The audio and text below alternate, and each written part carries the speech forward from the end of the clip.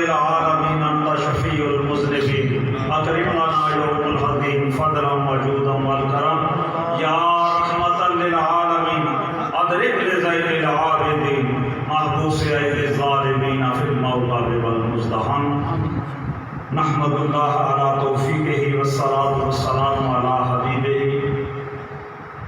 قال اللہ تبارک و تعالی فی حق حبیبہ ان اللہ و ملائکتہ یصلون علی النبی یا ایھا الذین آمنوا صلوا علیہ وسلموا تسلیما اللہم صل علی سیدنا و مولانا محمد وعلی آل سیدنا و مولانا محمد وبارک وسلم وصلوا علیہ الصلاۃ والسلام علیک یا سیدی یا رسول اللہ وعلی آلک و اصحابک یا سیدی یا حبیب اللہ الصلاۃ والسلام علیک یا رحمۃ للعالمین وعلی آلک و اصحابک یا شفیع المذنبین الصلاۃ والسلام علیک یا جد الحسن والحسین وعلی آلک و اصحابک یا جد غوث الثقلین۔ اب تو صلاۃ کے بعد وقت کافی بیت چکا ہے، میں بہت زیادہ آپ کو آزمائش نہیں ڈالوں گا، بس مختصر سی بات کرنی ہے۔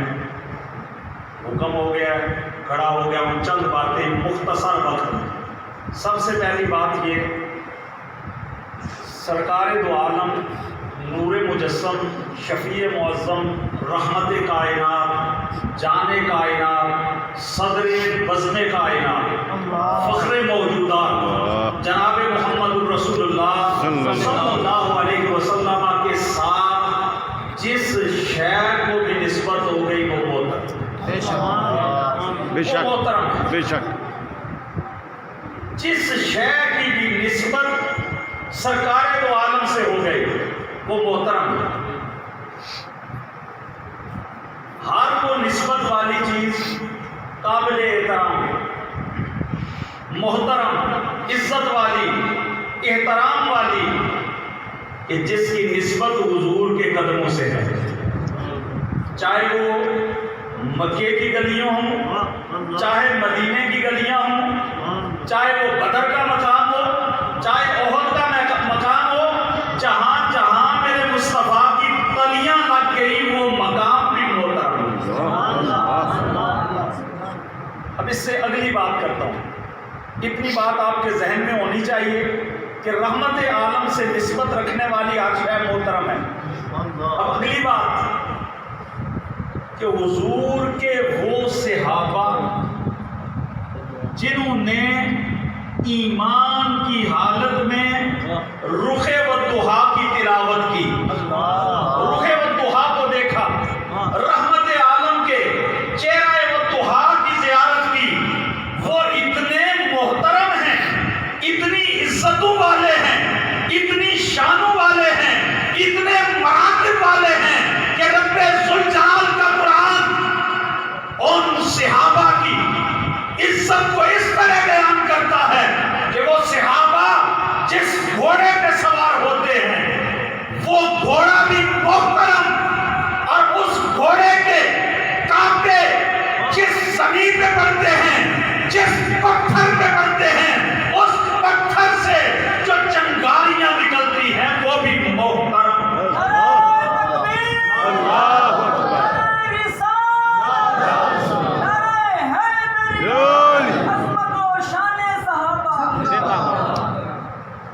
اب قرآن مجید سورہ عادیات اٹھا کے صبح پڑھ لینا، میں تفصیل میں نہیں جانا چاہتا، میں نے کہا میں نے تفصیل میں نہیں جانا، وقت نہیں ہے، پڑھ لینا صبح۔ رب تعالی ان گھوڑوں کے دوڑنے کا جو انداز ہے اور اس انداز کے اندر جو ان گھوڑوں کے سینے سے نکلنے والی آواز ہے، رب ذوالجلال اس کی قسم ارشاد فرماتا ہے۔ پھر وہ گھوڑے جب چلتے ہیں ان کے کانٹے زمین پہ پڑتے ہیں، چنگاریاں نکلتی ہیں، میرا مالک ان کی قسم ارشاد فرماتا ہے۔ پھر وہ گھوڑے جب صبح کے وقت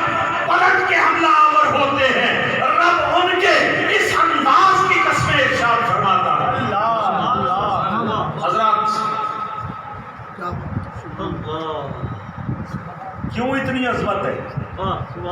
کیوں اتنی رفعت ہے؟ کیوں اتنا مقام ملا؟ مقام انہیں اس لیے ملا کہ ان کی نگاہوں نے چہرہ والضحیٰ کی تلاوت کی ہے، انہوں نے رحمت عالم کی زیارت کی ہے، وہ زیارت کر کے صحابی بنے، صحابی بن کے جہاد کے لیے گھوڑے پہ سوار ہوئے، ان کا گھوڑا بھی محترم ہو گیا، اور جس سرزمین پہ اس کے قدم لگے وہ بھی محترم ہو گیا۔ اب میں یہاں پہ رک کے ایک بات آپ کے ذہن کی گہرائی تک پہنچانا چاہتا ہوں۔ مجھے بتاؤ کہ جو آنکھ چہرہ والضحیٰ کی زیارت کرے، حضور کی صحابیت کا مقام حاصل کرے، شرف صحابیت سے باریاب ہو، وہ صحابی جس گھوڑے پہ بیٹھے وہ گھوڑا محترم، اس کے قابو سے اٹھنے والی چنگاریاں محترم، اس کے پلٹ پلٹ کے حملہ کرنے کے انداز محترم۔ تو پھر مجھے پوچھنا ہے آپ سے کہ کیا خیال ہے آپ کا اس صدیق کے بارے میں جس نے میرے نبی کو اپنے کندھوں پہ اٹھایا، جس نے میرے نبی کو اپنے کندھوں پہ سوار کر کے غار ثور میں لے گیا، جس نے میرے نبی کو نبی کے ناز اٹھائے، میرے نبی کی صیانت و حفاظت میں 3 راتیں جاگ کے گزاری۔ کیا خیال ہے اس ابو بکر کے بارے میں؟ آج کوئی اگر زبان تام دراز کرتا ہے اس ابو بکر پہ تو ہم اتنا ضرور کہیں گے کہ او گندی زبان والے، زبان سنبھال کے بول، میرا ابو بکر اتنا پاک ہے کہ میرے رحمت عالم نے زندگی میں بھی ابو بکر کو جدا نہیں کیا، بعد از وصال بھی میرے ابو بکر کو میرے نبی نے جدا نہیں کیا۔ اللہ اکبر۔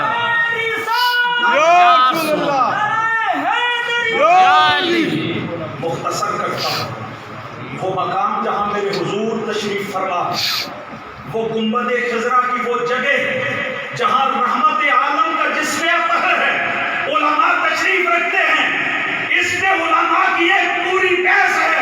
وہ فرماتے ہیں کہ وہ مقام جہاں حضور رحمت عالم کا جسم اقدس ہے، وہ جگہ عرش اولا سے بھی افضل ہے۔ اندازہ کریں ابو بکر کو کتنا مقام میرے نبی نے عطا کیا، میرے نبی کی رفاقت کی وجہ سے جناب ابو بکر کا مقام کتنا بلند ہوا۔ اور یہیں پہ میں رک کے آگے نہیں جاتا، ایک بات اور پوچھو، ابو بکر تو وہ ہیں جنہوں نے کلمہ پڑھا، میرے نبی کی زیارت کی، میرے نبی کے سفر و حضر کے ساتھی رہے، میرے نبی کے ساتھ لمحہ پہ لمحہ میرے نبی کے ساتھ رہے، جو غار میں بھی ساتھ تھے آج مزار میں بھی ساتھ ہیں۔ بے شک حضرات یہ شان ہے ان کی، یہ مرتبت ہے ان کی۔ تو پھر میں پوچھنا چاہوں گا کہ کیا خیال ہے اس ہستی کے بارے میں جسے مخدومہ کائنات کہا جاتا ہے، جو سیدہ کائنات ہے، وہ فاطمہ کہ جب میدان حشر میں آئے گی، حکم ہوگا، منادی گزارے گا، اے اہل محشر اپنے سروں کو جھکا لو، اپنی نگاہوں کو نیچا کر لو، فاطمہ بنت محمد کی وہ فاطمہ جسے میرے مصطفیٰ فرمائیں فاطمہ تو بدعۃ منی، کائنات والو فاطمہ میرے جگر کا ٹکڑا ہے۔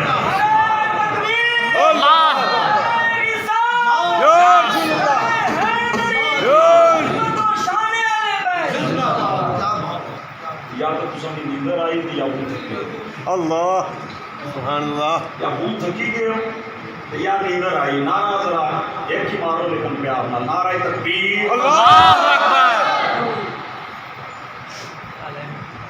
یزید کے قصیدے پڑھنے والوں کے ایوانوں تک یہ نعرہ جانا چاہیے، نعرہ تکبیر، اللہ اکبر۔ نعرہ رسالت، نعرہ رسالت۔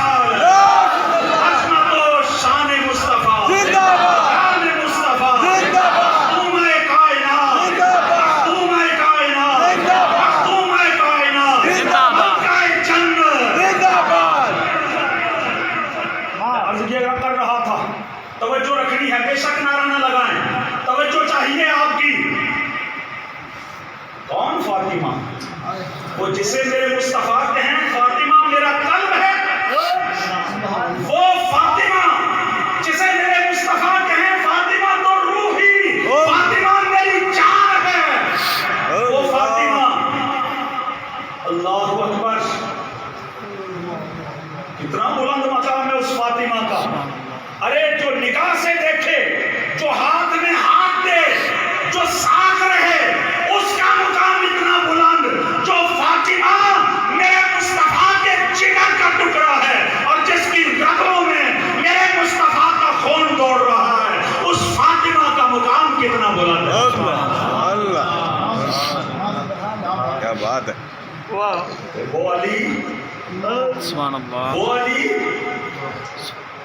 قرآن جسے کہے انفسنا وانفسکم، تم اپنی جانیں لاؤ، ہم اپنی جانیں لاتے ہیں۔ حضرت علامہ یہی آیت پڑھ رہے تھے۔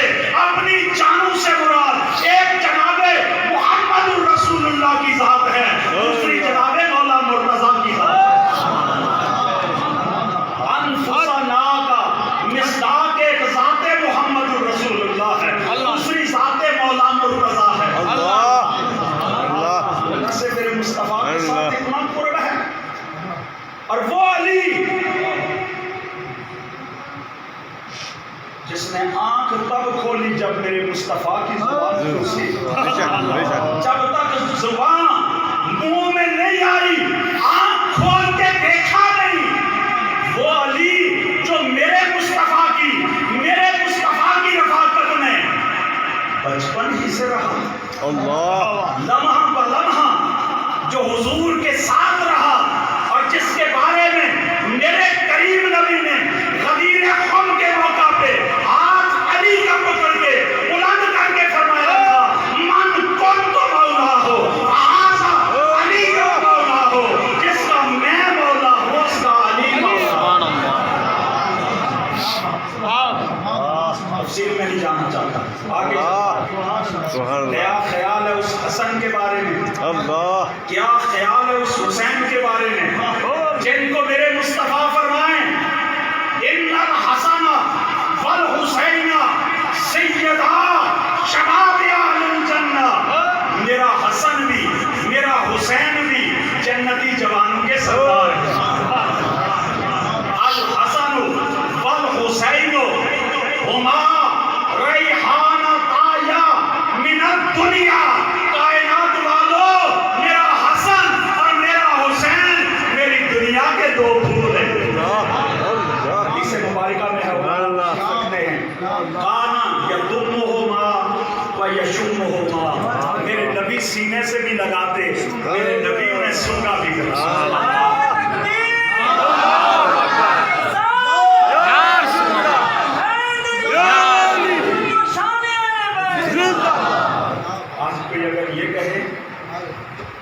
حسین گھر سے کیوں نکلا تھا؟ ایک امام برحق کے خلاف نکلا تھا۔ ایسی گندی زبان والے کو ہم کچھ بھی نہیں سمجھتے، وہ ہمارے جوتے کی ٹھوکر پہ جو امام عالی مقام کی اس عظمت کے خلاف زبان درازی کرتا ہے، یہ مقام کسی ملا نے حسین کو نہیں دیا، یہ حسین میرے مصطفیٰ، یہ مقام میرے مصطفیٰ نے حسین کو عطا کیا۔ اور حسین کی وہ پیاری شیرہ محترمہ جو مدینے سے ساتھ چلے، کربلا کی مشکلات میں ویر کے پشت پہ کھڑی رہیں، اور جو کربلا کے نشیب و فراز کو دیکھنے کے بعد میدان کربلا سے چل کے حسینیوں کے قافلے کو، خواتین اہل بیت کو اپنی حفاظت میں لے کے دمشق میں جائے، پھر مدینہ المنورہ میں جائے، اس زینب کے بارے میں کھلنے والی زبان کسی مسلمان اور مومن کی زبان نہیں ہو سکتا۔ تو یہ کیا کہ فخر کا اظہار کرے کہ حسین نے وہاں سجدہ کیا کیا، اس کا تو وضو ہی نہیں تھا۔ ارے وقت سوچ تو صحیح، اس زبان سے حسین کی طہارت پہ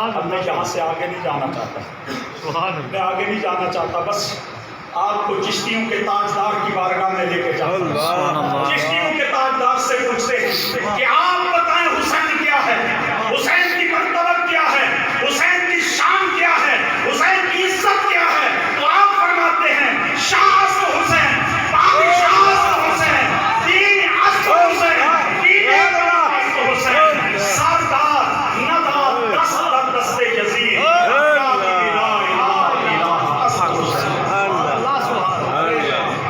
مجھے تو آج طہارتوں کی پڑی ہے، میرے چشتیوں کے تاجدار، کون سا تاجدار جو والد ہندوستان ہوا تو کوئی کلمہ پڑھنے والا نہیں تھا، جب چارپائی اٹھی تو 90 لاکھ کا ہجوم میرے معین الدین کے پیچھے لا الہ الا اللہ۔ وہ معین الدین 90 لاکھ کو کلمہ پڑھانے والا کہتا ہے اور سوچ کس ہستی کے بارے میں تیری یہ فکر جا رہی ہے، سوچ وہ ہستی کتنی بلند ہے، یہ جو تو کلمہ پڑھتا ہے نا، اس کلمہ کی بنیاد جس کو کہتے ہیں وہ حسین ابن علی ہے۔ اور مولانا ظفر علی خان نے اسی لیے کہا ہے، آپ فرماتے ہیں قتل حسین اصل میں مرکز ہے، اسلام زندہ ہوتا ہے۔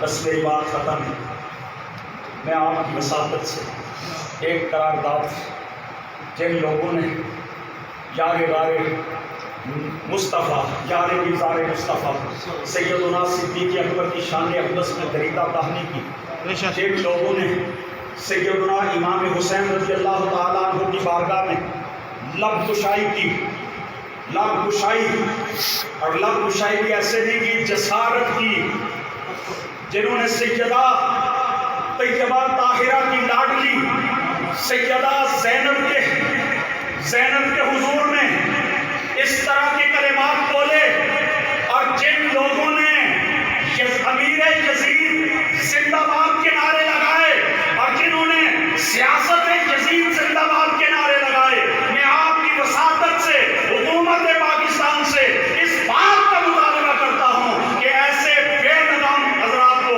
لگام دی جائے۔